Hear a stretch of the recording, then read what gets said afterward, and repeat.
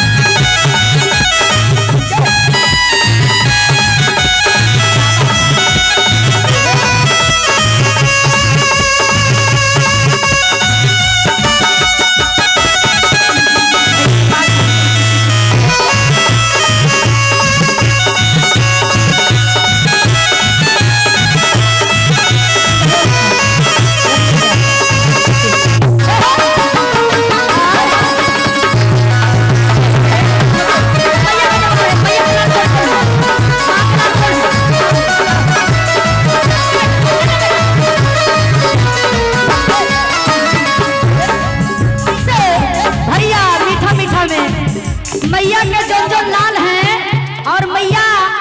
हमारे दुखहरनी माता का बेटी है, सब लोग है ना, माँ हमारे हैं, माँ का लाल है। तो कैसे पीला साड़ी फिर आबो ना फिर आबो ना फिर दीदी इतना दूर काहे रहती? ओ हम समझ रहली है कुलरवा के हवा त काहे ला फिर जाइए कंचन दीदी फिर आबो। और पीछे में ऐसे घूम गाना है जो कैसे मैया के नाकों में नथिया सोहे, मैया के नाकों में नथिया सोहे, झूमा का बिराजे हो लाल, झूमा का बिराजे हो लाल, मैया मोरी दुलारे सिरहनवा पंखा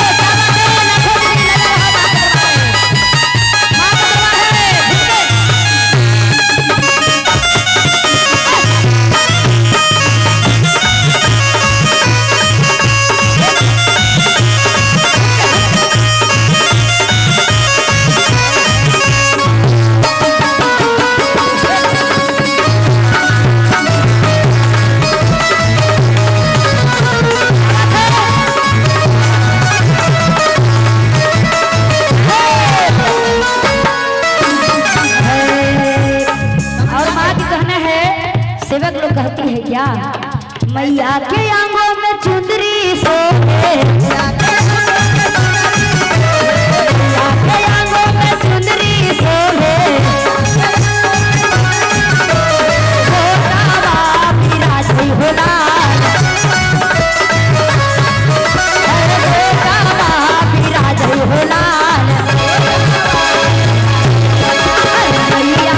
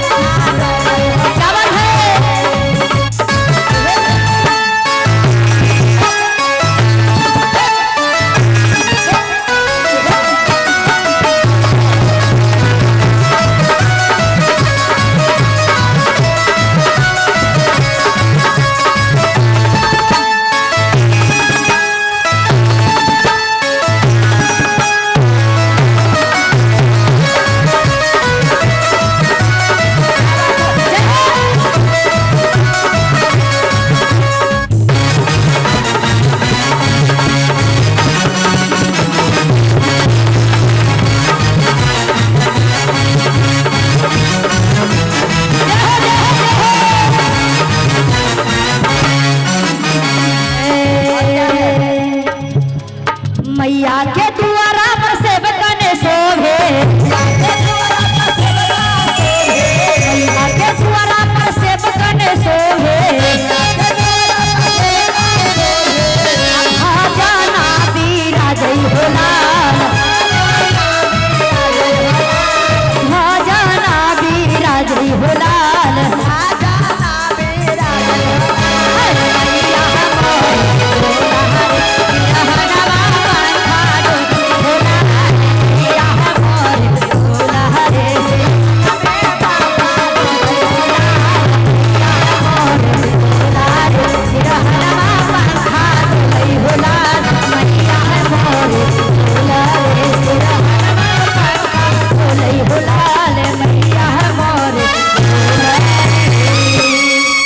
तो प्रेम से बोलिए सच्ची दरबार की